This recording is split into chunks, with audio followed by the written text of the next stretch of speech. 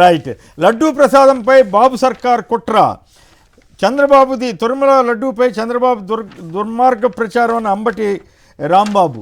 నిజంగానే ఒక పక్క విశాఖలో గోమాంసం మీద పిఠాపురంలో కల్తీ నెయ్యి కూడా వచ్చింది కదా, కల్తీ నెయ్యి ఒక పక్క ఘోరంగా జరుగుతూ ఉంటే ఎవరు బీజేపీ వాళ్ళు ఎక్కడ పిఠాపురంలో అనుకుంటే ఒక ఆయన ఎవరో హిందూ సంఘాలు ఆయన ఎవరో మాట్లాడారు. మరి సనాతన ధర్మం అని చెప్పే మన పవన్ కళ్యాణ్ గారు కానీ లేదా చంద్రబాబు నాయుడు గారు ఇంకేముంది మతానికి ఏదో జరిగిపోతుందని విపరీతమైన దుష్ప్రచారం చేశారు కదా ఆ రోజుల్లో. అయినా ఇప్పటికి కూడా తిరుపతి లడ్డు మీద అంత దారుణమైనటువంటి ప్రచారం, అసలు దాని సాక్ష్యం ఏమిటో ఆధారం ఏమిటో తెలియకుండా ఎవరో ఒకరిని పట్టుకురావటం, వాళ్ళతోటి బలవంతంగా చెప్పించడం, వాంగ్మూలం చెప్పించడం, మళ్ళీ వెంటనే ప్రచారం చేయటం. ఏమిటి తిరుమల లడ్డూని తిరుమల మరి భక్తులంతా కోట్లాది మంది భక్తుల మనోభావాల్ని దెబ్బతింటాయని కూడా లేకుండా ఒకప్పుడు జంతుకోమన్నారు, ఇప్పుడు రసాయనాలు అంటున్నారు. ఏంది ఇది? ఇంత ఘోరంగా వ్యవహరిస్తే ఎట్లా తిలక్ గారు? ఈ రకమైన దుష్ప్రచారం వల్ల తిరుమలకి అప్రతిష్ట రాదా? ఇప్పుడు వాళ్ళకి లోపల జరిగిన విషయాలు కూడా కొన్ని ప్రస్తావించాలండి ఈ సందర్భంలో. నిన్న లోకేష్ గారు హిందుత్వానికి ద్రోహం జరుగుతుందని మాట్లాడారు. ఏమన్నారు? హిందుత్వానికి ద్రోహం జరుగుతోందని, హిందూ మతానికి హిందుత్వానికి ద్రోహం జరుగుతోంది అన్నారు. మరి కనగల గుళ్ళోను కాళహస్తి గుళ్ళో క్షుద్ర పూజ చేసినప్పుడు ద్రోహం జరగలేదా? వెయ్యికాళ్ళ మండపం కూల్చేసినప్పుడు ద్రోహం జరగలేదా? విజయవాడలో 32 గుళ్ళు కూల్చేసినప్పుడు ద్రోహం జరగలేదా? ఎందుకు మాట్లాడతారు? పాత చరిత్ర అంతా మర్చిపోయి మాట్లాడితే అట్లా? పాత చరిత్ర సరే, ఇప్పుడు విశాఖపట్నంలో జరిగింది పెద్ద వార్త అయింది, అది తెలుగుదేశం వాళ్ళకి సంబంధించింది అని అదే చెప్తున్నాను. ఇప్పుడు బాపట్ల ఎమ్మెల్యే గారి అనుచరుడికి సంబంధించిన గోడౌన్ అది అని చెబుతున్నారు. దాంట్లో పెద్ద ఎత్తున గోమాంసం నిల్వ చేశారు. దాని గురించి అప్పుడు హిందుత్వానికి ద్రోహం జరగలేదా? ఇది ఎట్లా ఉందంటే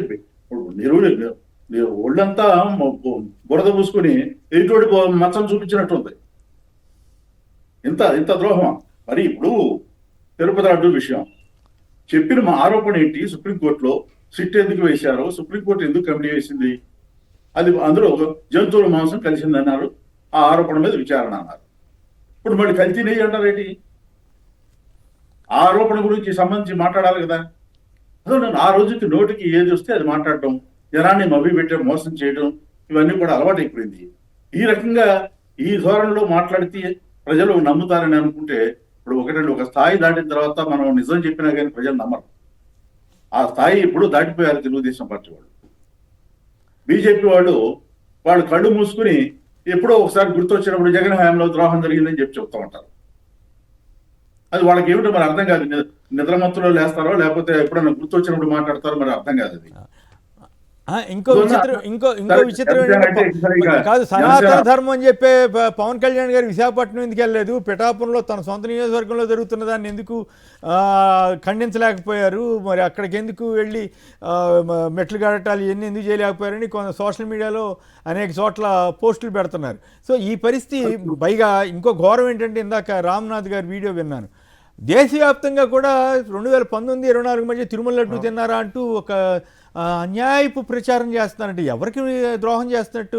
తిరుమలకి భక్తులకి ద్రోహం చేస్తున్నట్లా? తిరుమలేశ్వరుడికి ద్రోహం చేస్తున్నట్లా? ఇవన్నీ ఎందుకు ఇట్లా చేస్తున్నారు? ఎవరు ఇట్లాంటి దుష్ప్రచారం చేస్తున్నారు? నిజంగా భక్తి మీద నమ్మకం ఉన్న వాళ్ళు ఇట్లా చేస్తారా అనే ప్రశ్న వస్తే ఏం చెప్తారు తిలక్ గారు? ఇప్పుడు ఆయన సనాతన ధర్మం వదిలేసినట్టుగా కాషాయ వస్త్రాలు ఇట్లా మామూలు హీరోలాగా ప్యాంటు షర్ట్ వేస్తున్నాడు. చెప్పే మాటలకి ఇప్పుడు సీజ్ ది షిప్ అని కాకినాడ వెళ్ళి అన్నారు. ఆ తర్వాత బియ్యం ఎగుమతి జరుగుతూనే ఉంది, అక్రమ రవాణా రేషన్ బియ్యం. నెల్లూరు నాయకులు అయితే జనసేన మీద ఆరోపణ చేస్తే నాదెండ్ల మనోహర్ గారు వెళ్ళి ఎవరు బయట పెట్టారు? ఇది మంత్రి నారాయణ గారు. నాదెండ్ల మనోహర్ గారు మీ డిపార్ట్మెంట్ గురించి మాట్లాడమంటారా, మా డిపార్ట్మెంట్ గురించి ఎందుకు మాట్లాడుతున్నారా అన్నారు, బెదిరించారు. అందువల్ల ఇప్పటికీ ఆ రేషన్ బియ్యం ఎగుమతి జరుగుతుంది. మరి సీజ్ ది షిప్ అని షో చేశారు. అది అయిపోయిందా? దాంట్లో ఎన్నో ఆరోపణలు బయటకు వస్తున్నాయి. ఎన్నో రకాలుగా చెప్తున్నారు. దాంట్లో ఏదో పట్టించుకోకుండా ఉండటం కోసం ఏదో జరిగిందని. ఇప్పుడు అది అయిపోయింది. ఇప్పుడు కొత్తగా ఈ ఎర్రచందనం మొదలైంది. ఎక్కడ 100 కోట్ల రూపాయల అక్రమాలు జరుగుతున్నాయి అక్కడ పవన్ కళ్యాణ్ గారు వాడిపోతున్నారు. ఏమిటి ఇందులో అంతరార్థం ఏంటి? ఆంతర్యం ఏంటి? తెరవనికి గూడుపుటాని ఏంటి? ఇవన్నీ బయటికి రావాలి. ఊరికి వెళ్ళి షో చేసి హీరోలాగా నిలబడి ఆరోపణలు చేస్తే సరికాదు. 2 ఏళ్ళు అయింది మీ గవర్నమెంట్ వచ్చి. వైసీపీ గవర్నమెంట్ లో దొంగల అన్ని ఎర్రచందనం అంతా అక్రమ రవాణా జరిగిందని చెప్పడం ఏంటి? ఈ 2 ఏళ్ళు ఎంత జరిగింది? ఎక్కడ పట్టుకున్నారు? ఎవరు అమ్ముతున్నారు? ఎక్కడ కర్ణాటక వెళ్తే ఈయన కథ చెప్పారట. ఓకే, ఈయన ఎక్కడికి వెళ్ళినా కథలు బాగా చెప్తున్నారు. మరి ఆంధ్రప్రదేశ్లో జరిగే కథలు మాత్రం ఈయన వెండవు. రైట్. కాదు, ఈ సెంటిమెంట్ వ్యవహారం మీద సెంటిమెంట్ని దెబ్బతీస్తున్నట్లా కాదా? ఈ రకంగా దేశవ్యాప్తంగా కూడా ప్రచారం చేయాల్సిన అవసరం వచ్చింది. ఎవరికి వచ్చింది ఆ అవసరం? ఈ రకంగా తిరుమలని ఎందుకు చేస్తున్నారు? విశాఖ ఎందుకు వెళ్ళలేదు పవన్ కళ్యాణ్ గారు? దీంట్లో 2 ఆస్పెక్ట్స్ అండి. ఒకటి బీజేపీకి దగ్గర కావడానికి హిందూ మతం గురించి మాట్లాడి, 2 ఆ హిందూ మతం గురించి మాట్లాడి జగన్ గారికి ఆయన హిందూ కాదని ప్రచారం చేయటం. ఇప్పుడు జగన్ గారు హిందూ కాదని ప్రచారం చేసే ముందు మీరు హిందువులను నిరూపించుకోవాలి కదా. కనకదుర్గమ్మ గుళ్ళో అమ్మవారి కిరీటం దొంగతనం జరిగితే నకిలీ కిరీటం పెట్టారు. ఎవరు హిందువులు? దాన్ని చెప్పడానికి ఉదాహరణ చాలా ఉన్నాయి. ఊరికే వాళ్ళకి ఏదో మీడియా ఉంది కదని పదే పదే మాట్లాడుతున్నారు. కానీ హిందుత్వానికి ఎవరు ద్రోహం చేస్తున్నారు? గుళ్ళో విగ్రహం తీసుకొచ్చి నడి రోడ్డు మీద పెట్టింది ఎవరు? రాముడు విగ్రహం తలనరికింది ఎవరు? ఇవన్నీ మా చర్చ అయితే జరిగితే బాగా ముఖాముఖి చర్చ జరిగితే చాలా విషయాలు బయటకు వస్తాయి. వాళ్ళు దానికి సిద్ధపడరు. వాళ్ళకి అనుకూలమైన మీడియా దగ్గర మాట్లాడి ఆ ప్రచారానికి ప్రాచుర్యం కల్పించుకుంటారు. రైట్. బోలే బాబా అన్నవాడిని సుబ్బారెడ్డి గారే బ్యాన్ చేయించారండి, బ్లాక్ లిస్ట్లో పెట్టించారండి. అయినా కూడా ఇప్పుడు ఆయనకి ఈయనకి లింక్ పెట్టి గందరగోళంగా ప్రచారం 5 ఏళ్ళు జరిగిపోయిందని. అసలు మొన్న అంత జంతుకోవు అన్నారు, ఇప్పుడు రసాయనాలు అంటున్నారు. ఏంది అసలు ఇంత అన్యాయంగా ప్రచారం చేయొచ్చు అసలు ఒక బాధ్యత కలిగిన ప్రభుత్వ నేతలు? కొమ్మినేని గారు ఇక్కడ ఎవరితో మనం ఆటలాడకూడదో వాళ్ళతోనే ఆటలాడుతూ ఉన్నాడు చంద్రబాబు నాయుడు గారు. కలియుగ ప్రత్యక్ష దైవం వెంకటేశ్వర స్వామితో తెలుగుదేశం పార్టీ నాయకులు ఆటలాడుతున్నారు. సో దానికి పర్యావసనం లాంగ్ రన్లో ఖచ్చితంగా అనుభవించక తప్పదు. Point number 1. రెండోది, వీళ్ళు చేసినటువంటి ఆరోపణ ఏంటి? తిరుమల లడ్డులో జంతువుల కొవ్వు కలిసింది, పంది కొవ్వు కలిసినటువంటి ఇది కలిసి దాంతో లడ్డు తయారు చేశారని చెప్పి దుష్ప్రచారం చేశారు ముఖ్యమంత్రి చంద్రబాబు నాయుడు గారు. ఉప ముఖ్యమంత్రి పవన్ కళ్యాణ్ గారు అయితే 4 అడుగులు ముందుకెళ్ళి మెట్లు కడిగి మరి ఆయన ఏమన్నాడు? అయోధ్యకి 1,00,000 లడ్లు తయారు చేసి పంపించారని చెప్పాడు. నిన్నగా మొన్న ఆదివారం మీకు ఈనాడు పత్రికలో చూడండి, అయోధ్య లడ్డులకు నాణ్యమైన నెయ్యి అంటే అయోధ్య లడ్డులకి ఈయనేమన్నాడు?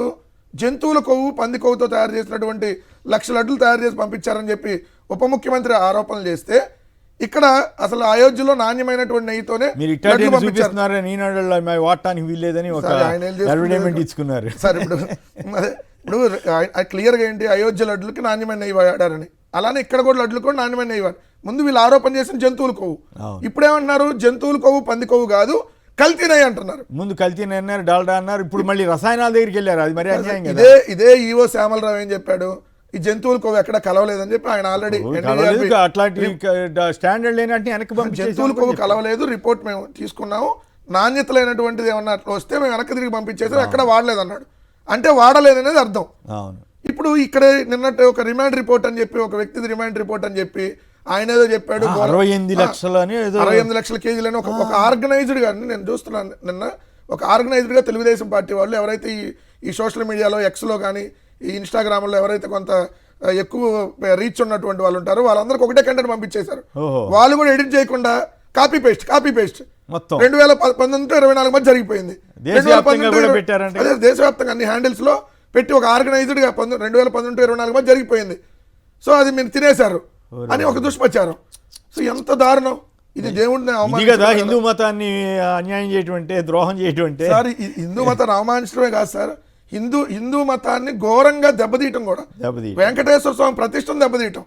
జంతువుల కొవ్వుతో వెంకటేశ్వర స్వామికి మనం ప్రసాదం పెడితే తింటాడా సార్? ఆ రోజే మనకేదో అవదు చేసిన వాళ్ళకి. ఇప్పుడు చేసిన వాళ్ళకి అయిపోయింది కదా ఏదో ఒకటి. సో రెండో అంశం ఏంటి? అసలు సుప్రీంకోర్టుకి వెళ్ళింది ఎవరు? సుబ్బారెడ్డి గారే కదా. సుబ్బారెడ్డి గారు, సుబ్రహ్మణ్య స్వామి అందరే కదా సుప్రీంకోర్టుకి వెళ్ళి దీని మీద నిజాలు నెగ్గుదేయాలని చెప్పి అడిగిందే మేమైతే అవును. మరి చంద్రబాబు నాయుడు గారు అడగలేదు కదా దానికి సంబంధించి. అవును, కొనుగోలు కమిటీలో ఇప్పుడు వైసీపీ టీడీపీలో ఉన్న వాళ్ళు ఉన్నారంట కదా. టీడీపీలో ఉన్నటువంటి ప్రస్తుత మంత్రిగా ఉన్నటువంటి పార్థసారథి దాంట్లో మెంబరు, ఆ, అదే విధంగా ఇన్ఫోసిస్ సుధానారాయణమూర్తి గారు మెంబరు, కొనుగోలు ఆ కమిటీ. కొనుగోలు కమిటీ. ఇప్పుడు వేమిరెడ్డి ప్రశాంత్ గారు మెంబరు. మరి ఇప్పుడు మరి వాళ్ళందరినీ కొనుగోలు కమిటీలో తెలియకుండానే నెయ్యిని వాళ్ళు కొనుగోలు చేస్తారా? మరి వాళ్ళ పాత్ర అనుమానాస్పదం కదా. మరి మొన్న రాశారు కదా సుబ్బారెడ్డి గారి మీద రాశారు. 3 రకాల చెకింగ్లు ఉంటాయి. ఓకే. 3 రకాల చెకింగ్ల్లో ఆ చెకింగ్లు అన్ని అయిపోయిన తర్వాత దాంట్లో నిజంగా ఏమన్నా చిన్న ఇది ఉందన్నా కూడా వెనక్కి పంపించేస్తారు. జగన్మోహన్ రెడ్డి గారి ప్రభుత్వంలో 18 నిమిషాలు వెనక్కి పంపించారు. కల్తీ నెయ్యి వచ్చిందని తెలియగానే గవర్నమెంట్ లో కూడా పంపించారు. 14 సార్లు అంత చంద్రబాబు నాయుడు గారి ప్రభుత్వంలో వెనక్కి పంపించారు. జగన్మోహన్ రెడ్డి గారి ప్రభుత్వంలో 18 నిమిషాలు వెనక్కి పంపించేశారు. అవి వాడరు. అవును. సో ఎక్కడన్నా వీళ్ళు కల్తీ చేయాలని అనుకున్నా దాన్ని వాడరు. ఎందుకంటే అంత రకాలుగా టెస్టులు చేసిన తర్వాత మాత్రమే పైన ఉంటుంది ల్యాబ్. మరి ఎట్లా ఇప్పుడు ఆయన ఎవరు ఎట్లా చెప్పాడు 68 లక్షల ఏదో బాటా లెక్కన చెప్పట్లా. ఇప్పుడు ఆ సిట్లో రాష్ట్ర ప్రభుత్వానికి సంబంధించినటువంటి అధికారులు కూడా ఉన్నారు. సిబిఐ ఏర్పాటు చేసింది అది. సో ఆ సిట్లో రాష్ట్ర ప్రభుత్వానికి సంబంధించిన అధికారులు కూడా ఉన్నారు. వీళ్ళేంది స్టేట్మెంట్ వీళ్ళే రాసుకోవటం ఇప్పుడు మామూలు కేసులో చూస్తున్నాం కదా. సో అది న్యాయమూర్తి ముందు చెప్పేదే వారు చెల్లిది తప్ప వీళ్ళు తీసుకునేటటువంటి చెల్లదు. రెండో అంశం వచ్చేటప్పటికి అసలు నిజంగా మన విశాఖపట్నంలో 1,89,000 కేజీల గోమాంసం, 1,89,000 కేజీలు, 1,89,000 కేజీలు గోమాంసాన్ని పట్టుకుంటే మరి ఏమయ్యారు? చంద్రబాబు నాయుడు గారు ఎందుకు నోరు మెదపట్ల? పవన్ కళ్యాణ్ గారు ఎందుకు నోరు మెదపల? ఆయన పిఠాపురంలో జంతువుల ఎముకలతో తయారు చేసే నెయ్యి, అవన్నీ దేవుళ్ళకి మనం వాడతాం కదా, ఆ దేవుళ్ళకి మనం మనం ఆ ప్రమిదలో వేసి మనం నైవేద్యానికి వాడేటటువంటి దానికి ఉపయోగిస్తారంట. సో మరి 44 డబ్బాలు పట్టుకున్నారు అక్కడ పిఠాపురంలో. సాక్షాత్తు పిఠాపురంలో జంతువుల ఎముకలతో తయారు చేసినాయి. మరి ఎందుకు నోరు మెదపల? నీ సొంత నియోజకవర్గంలో కదా, మరి నీకు తెలియకుండా జరిగిద్దని మేము కూడా అనొచ్చుగా. మరి ఎమ్మెల్యేకి తెలియకుండా ఇట్లా కల్తీనే జరిగిద్దా? ఎందుకంటే పవన్ కళ్యాణ్ గారు మరి అన్నింటిలో తలదూరుస్తున్నాడు కదా. మరి ఇవన్నీ తెలియకుండా ఎందుకుంటాయి? మరి తిరుమలలో మొన్న 3 నెలల్లో 100 గోవులు చనిపోయినాయి. మరి ఎక్కడ ఎందుకు మాట్లాడాల? మొన్నటికి మన తిరుమలలో అధికారులు మాంసం నిన్నగా మొన్న దొరికారు దారిలో. సో మరి ఇవన్నీ జరుగుతుంటే ఇప్పుడు కదా అపవిత్రం జరుగుతున్నట్టుగా ఎక్కడికక్కడ గుళ్ళలో తొక్కేసలాట్లు కానీ ఎక్కడ నోరు మెదపరు, ఎక్కడ జరగందాన్ని జరిగినట్టుగా తీసుకొని వచ్చి రాద్ధాంతం చేసి మంత్రిగా ఉన్నారు పార్థసారథి గారు. ఆయన కొనుగోలు కమిటీలో మెంబర్ అన్నారు.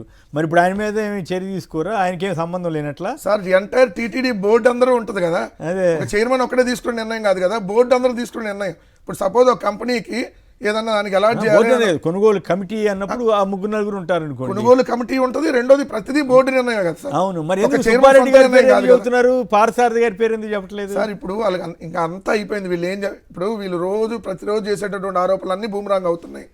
సో ఇప్పుడు ఏం చేయాలి? ఇంక మళ్ళీ ఈ అంశాన్ని తీసుకొని వచ్చి మళ్ళీ వేయాలి. మొదట్లో వేశారు, తర్వాత అప్పుడు వైఎస్ఆర్ కాంగ్రెస్ పార్టీ విపరీతమైన దుష్ప్రచారం చేశారు, తర్వాత అడ్డంగా దొరికిపోయారు చంద్రబాబు నాయుడు గారు. మళ్ళీ ఇప్పుడు ఏంటి? దీన్ని మళ్ళీ అడ్డం పెట్టుకొని మళ్ళీ రాజకీయం చేయాలి. సో దేవుడితో రాజకీయాలు చేస్తే చంద్రబాబు నాయుడు గారు అది మీ ఖచ్చితంగా దానికి తగినటువంటి ప్రాయశ్చిత్తం అనుభవిస్తారు. ఇప్పటికైనా జంతువుల కొవ్వు, కల్తీ నెయ్యి ఇలాంటి మాటలు మాట్లాడకుండా ఇప్పుడైనా తిరుమల వెంకటేశ్వర స్వామి దగ్గరికి వెళ్ళి చెంపలేసుకొని తప్పు చేశామని చెప్పి ఇప్పుడైనా ఒప్పుకుంటే ఏదన్నా రేపొద్దున మీకు భవిష్యత్తు ఉంటుంది, తప్ప లేకపోతే ఉంటుంది. ఎందుకంటే చాలా దారుణం సార్. 140 కోట్ల హిందువులకు సంబంధించినటువంటి అంశం. మీరు బోలేబాబా డైరీ అని బోలేబాబా మాయ అని రాశారు వారి పేపర్లో. ఇది బోలేబాబా మాయగా చంద్రబాబు నాయుడు మాయ. చంద్రబాబు మాయతో ఇక్కడ అందరూ ప్రజలందరినీ వైఎస్ఆర్ కాంగ్రెస్ పార్టీ మీద వ్యతిరేకత తీసుకునేట్టుగా చేయాలనేటువంటి ఆలోచనతో పన్నినటువంటి ఒక కుట్ర. అవును. లేకపోతే అంత అవసరం వచ్చింది దేశంలో ఉన్న ఇన్ఫ్లుయెన్స్ అందరికి తిరుమలకు కూడా అప్రతిష్ట కదా ఇది సార్. హిందువులకు సంబంధించి జగన్మోహన్ రెడ్డి గారు ఉన్నప్పుడే శ్రీవాణి ట్రస్ట్ అనేది పెట్టింది. అక్కడ ఉన్నప్పుడే 3,800 ఆలయాల నిర్మాణాలు స్టార్ట్ అయినాయి. అప్పుడే 1,500 ఆలయాల నిర్మాణాలు జగన్మోహన్ రెడ్డి గారు ఉన్నప్పుడే పూర్తి చేశారు. మీరు విజయవాడలో గుళ్ళు కూల్స్తే 40 గుళ్ళు జగన్మోహన్ రెడ్డి గారు కట్టించారు. మరి ఇవన్నీ జగన్మోహన్ రెడ్డి గారు దోపదీప నైవేద్యాలకి ఏదైతే టెంపుల్స్కి డబ్బులు ఇవ్వటం అని కాదు, ఇవన్నీ జగన్మోహన్ రెడ్డి గారి హయాంలో వస్తే ఆయనేమో హిందూ మత ద్రోహిగా బూట్లు వేసుకొని పూజలు చేస్తాడు చంద్రబాబు నాయుడు గారు. అనేక సందర్భాలు మనం చూసాం. గుళ్ళు కూల్చిన చంద్రబాబు నాయుడు గారు. ఇన్ని అపవిత్రాలు జరుగుతుంటే ఈయనేమో ఏదో హిందూ మత ఉద్ధారకుడిలాగా నిన్న నారా లోకేష్ గారు ట్వీట్లు. సో నారా లోకేష్ గారు ఒక ఇన్ఫ్లుయెన్సర్ వీళ్ళందరినీ పెట్టుకొని సార్ ఒక దుష్ప్రచారం చేస్తా ఉన్నారు. దయచేసి ప్రజలు హిందూ మత భక్తులు గమనించమని కోరుతా ఉన్నాం.